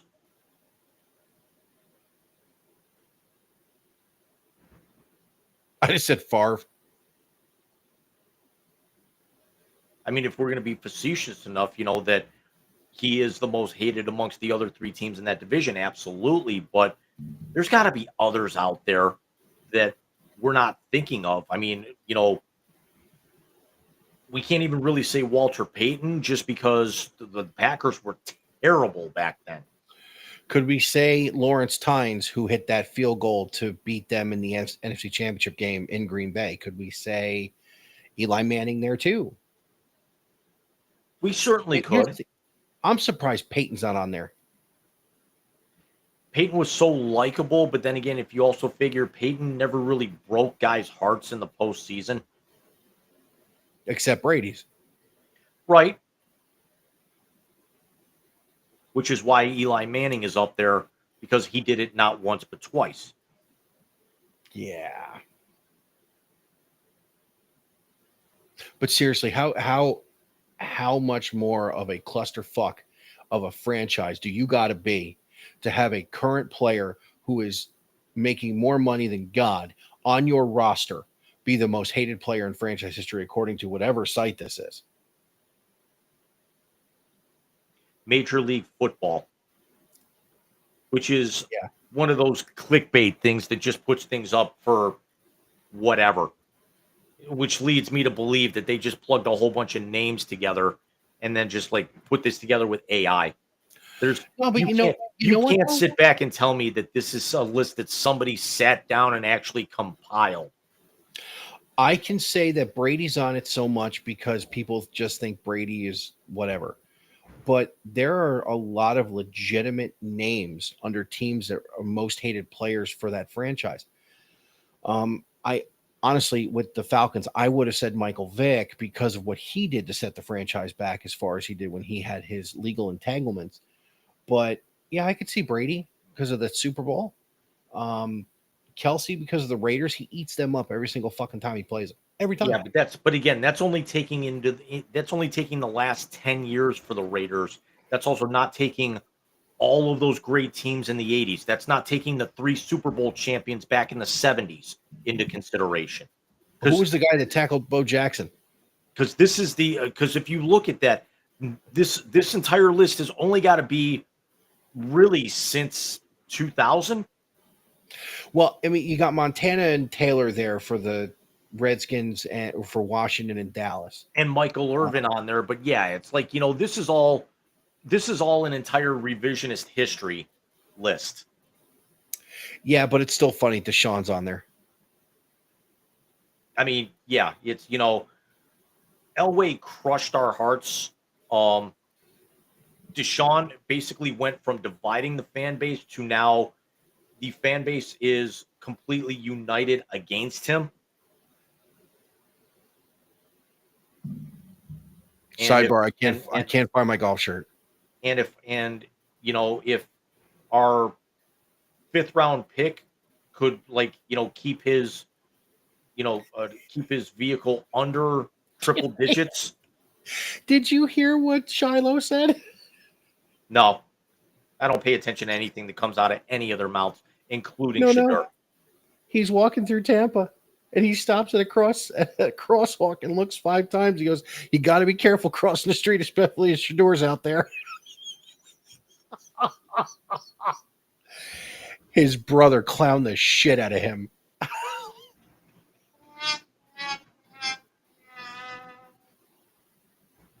That was a good one. I will give him credit where credit's due. But we made mention of one final thing we need to discuss in the blast. Do we do the translator and then discuss that, or should we do it now? Let's do it now, and we can make it very brief because we could still get out of here in under 2. Well, we will make it very brief because coming in 2027, as the teaser was debuted just a few days ago, we will finally be getting a second Spaceballs movie. So the combination is 1, 2, 3, 4, 5. That's the stupidest combination I ever heard in my life. I can't believe it. That's a combination of my luggage. And I am now seeing a spike in a lot of the YouTube channels I not so much follow, but a lot of the channels that I routinely go back to watch them reacting to movies for the first time, and a lot of them have not done this. And now they are with the announcement. So Mel Brooks himself confirmed it, that since the last time there was a Spaceballs movie, there have been 2 DC rebirths. There's been 6 new Star Wars movies.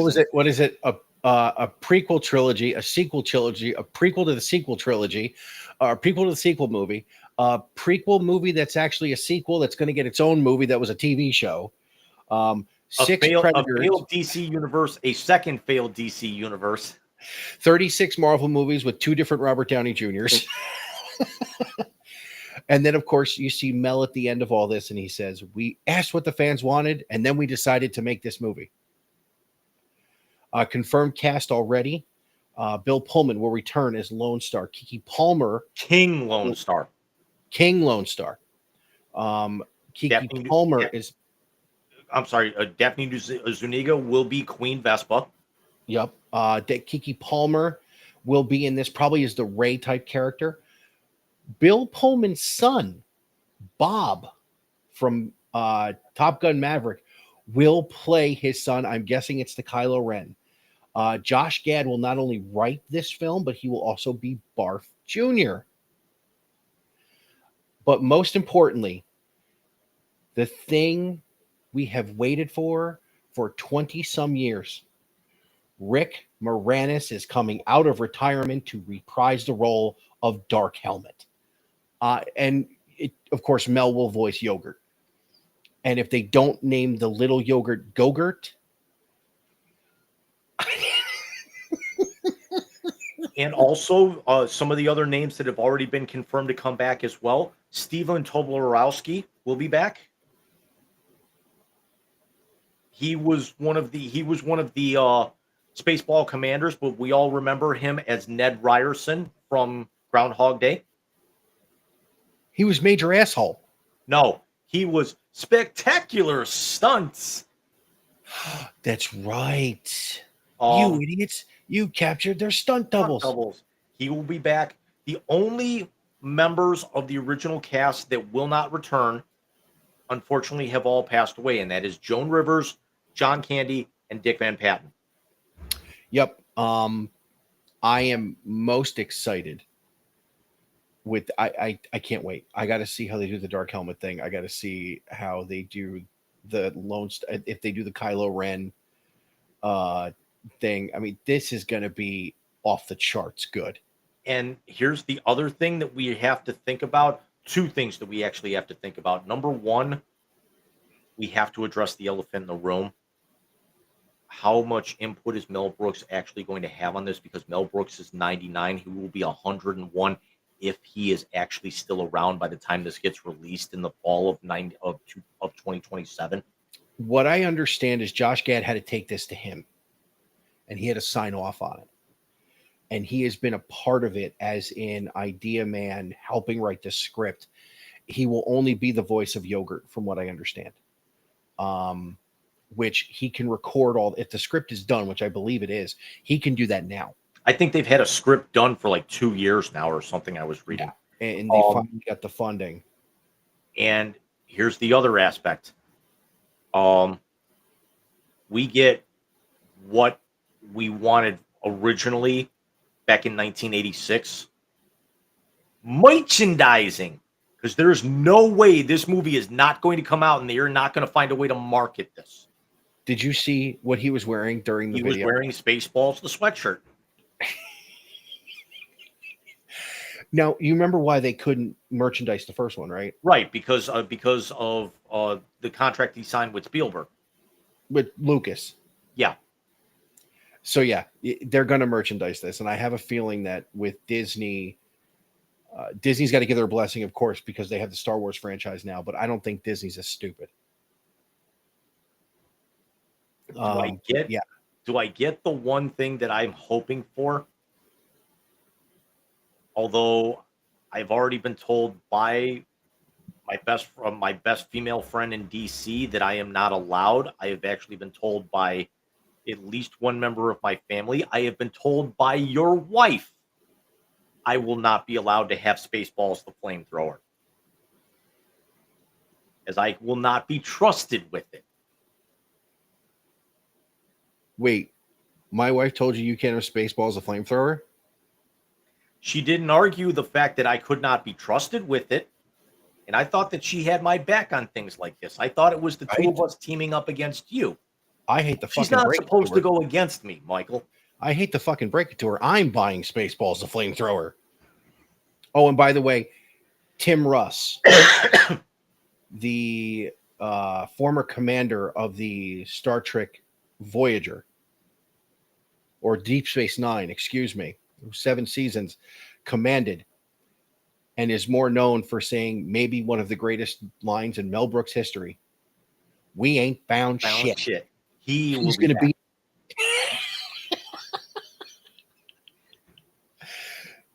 Well, James, we've had a lot of Winslow going to be involved.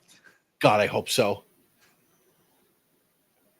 I want to know if the bear that got shot off of the off of Spaceball 1 is going to be in it. I cannot think of his name. Colonel Sanders? Yes.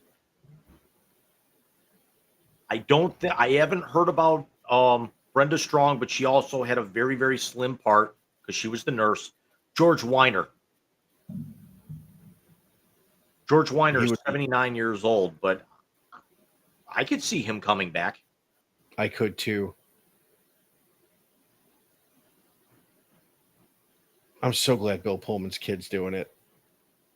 We are not going to. Now, here's the thing. After this comes out, are we going to be able to refer to him as whatever he's going to be known as Spaceballs, or are we going to be watching a 2-hour movie thinking, Bob? Well, he did Thunderbolts, so I don't know. But of all the shit going on in the world, James, we're getting a second Spaceballs movie, and that just makes me smile like a little kid. That, and apparently they're marketing shirts on TikTok to say, where are the white women at? You know, I thought about this. I can't remember who I was talking with the other day. That is the one Mel Brooks movie that will never be remade because it would be canceled within the first 5 seconds of the movie. You could redo Young Frankenstein. You can redo Robin Hood Men in Tights. You're getting a new Spaceballs. You will never see another Blazing Saddles again. And you saw History of the World Part 2, and it was fucking terrible. So either this is going to be Top Gun 2, or this is going to be any of the other movies that you do a sequel 2030, or this is either going to be the Crow remake or the Top Gun remake. It's going to be Top Gun. I think this is Mel's. Mel knows it's his last hurrah. We actually had a game here for a minute because the Pacers cut it to 12 with 3 minutes to go, and actually could have gotten it to within 10, but McConnell just lost the ball headed down the floor. Well, James, there's only one thing left to do, sir. I'm going to put that on the soundboard for probably certainly by the time we come back from our vacation. When you tee that up, I am going to play that. What, we ain't found shit? No. There's only one thing left to do. I think I will add that into the start of the new translator clip that I will probably end up cutting while we're on vacation. But Would you shut up and just push the button already? No, God! No, God, please, no! No! No! No! It's the YZ Translator on the Wise Guys Sports Show. I'm forever unclean.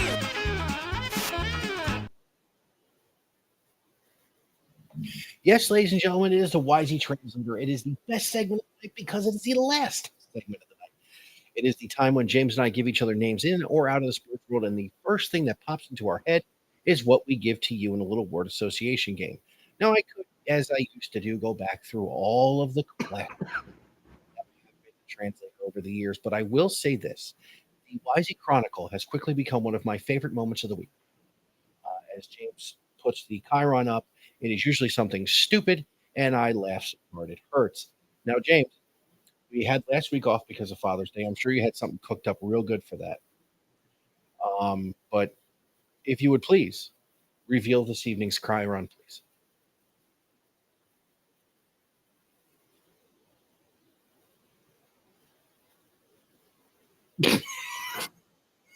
I feel attacked. Because it's going to be so fucking hot where you and I are, even with the air conditioning, we're going to want to be sleeping the whole time. Amen. Here's one. So we're down at my in-laws for Father's Day. I'm sorry. Had to. No. Sat pull all weekend. I was good. Which, by the way, please, I know I said this in text, but if you would extend the happy happies to your brother and your dad for me. Man,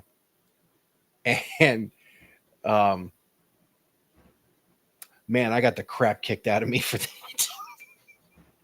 I got donkey kicked. Oh, so it's my turn to give you the first one. So, James, I'm going to go a little current event, and I am going to give you the first name tonight. And, James, your first name in tonight's YZ Translator is Captain Skittle himself, Kevin Durant.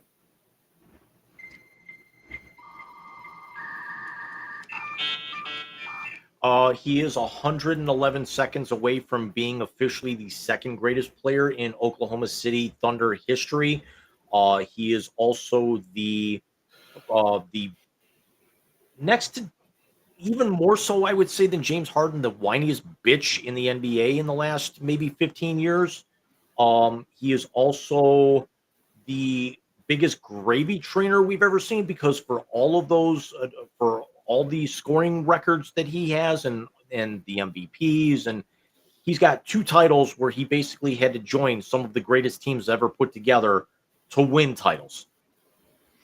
Agreed. And hasn't done shit afterwards. No, he hasn't. He also hasn't been the same since the Achilles. Let's put that context on it. Nobody ever is. No, they aren't. But let's say one more thing.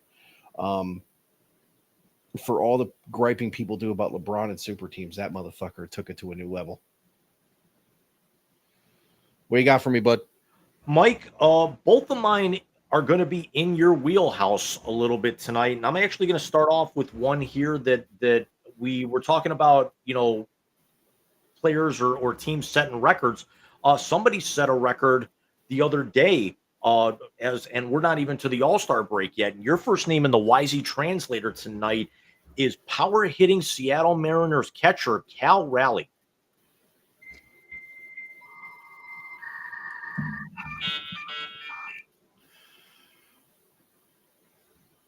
Wow. Just fucking wow. What's he going to hit, 60? I mean, he's certainly on pace for 50. For a catcher to do that is incredible. incredible. Let's put some context on the catcher thing. The record, I think, is 44 or 45 set by Javi Lopez back in the late 90s, early 2000s. Before that, it was 41 set by Todd Hundley of the New York Mets. Before that, it was 40 set by Roy Campanella. Catchers aren't, I mean, bench never hit that many. And Cal Raleig's at 29. Yeah, he's at 30. He had another one today. You know, Cal Raleigh could be the greatest could have the greatest offensive catching season since Mike Piazza's 1997, when he had over 200 hits and hit 38 homers and drove in 145 runs for the Dodgers. I mean, it's what it's shaping up, and he's a better defensive catcher than people give him credit for too. Yeah. But just really fucking wow is mine. So, James, I'm going to give you a second name, and this is more in my wheelhouse, but I think you'll enjoy it. And your second name tonight is University of Arkansas pitcher Gage Wood.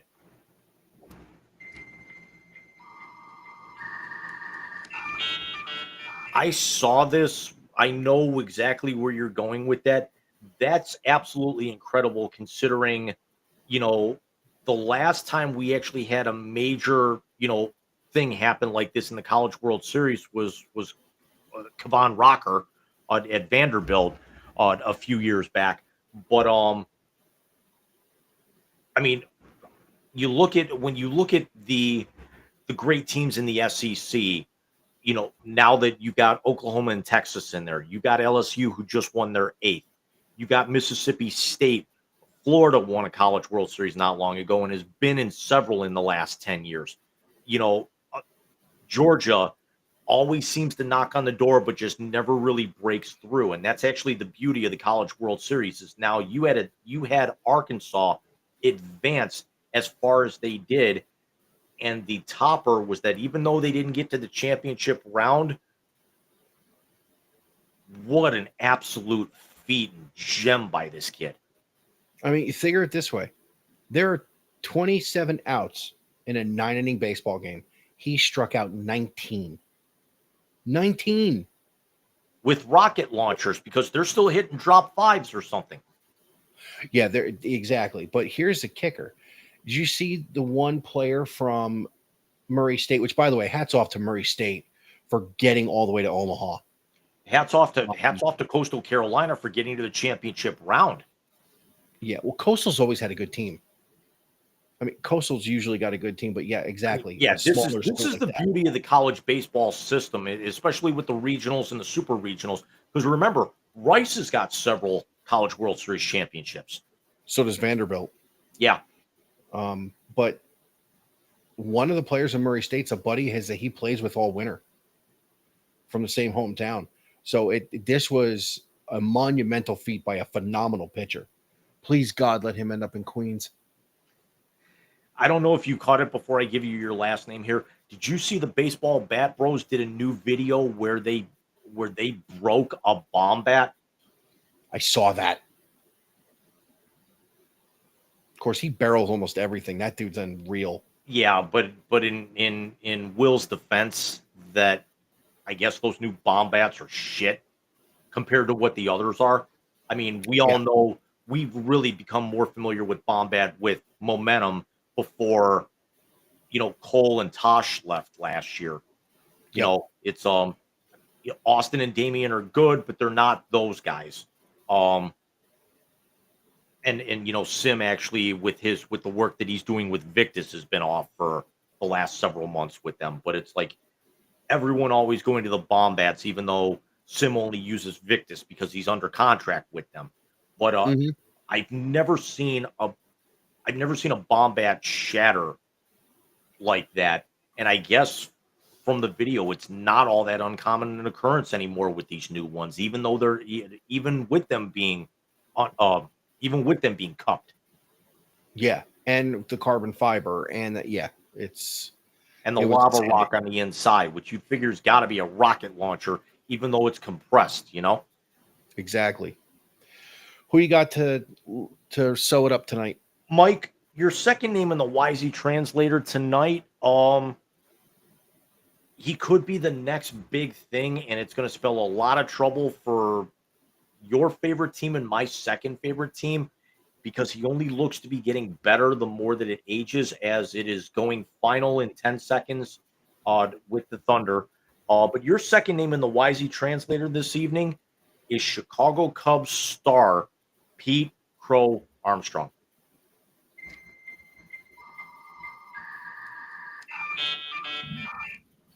Oh, you mean the guy we traded for Javi Baez? Talk about a trade where we talked about it, just last week or 2 weeks ago, that we've never actually seen a trade work out this well this soon for both parties involved. The Tigers have the best record in baseball and are already 18 games over 500. And for as good as some of the teams were going to be in the NL Central, that the Cubs are starting to they're only 2.5 up on the Brewers and the Cardinals, but Crow Armstrong is probably just as, if not the biggest reason why this is happening. He really is. And, hats off to him. He's played phenomenal center field. And the power has come earlier than I think people, even with the Mets, when they drafted him, thought. You know who his mom is? Do you remember the movie Little Big League? Where the kid inherits the Minnesota Twins? I saw that movie once. But yeah. His mom, Pete Crow Armstrong's mom, is the woman who played the mother in Little Big League.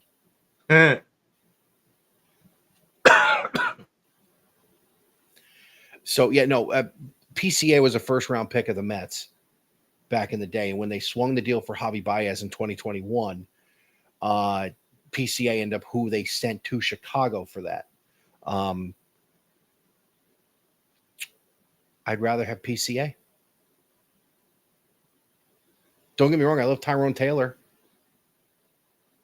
No. As long as you didn't say you wanted, another 3-letter acronym that starts with PC.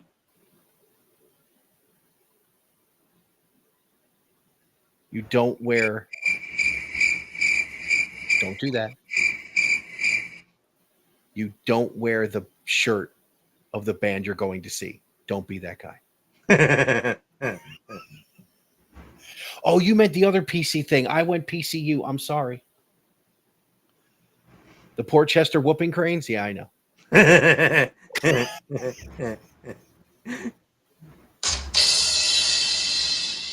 a great film. Yeah, it is. I saw another good one on Pluto the other day. What was that? I would definitely recommend this.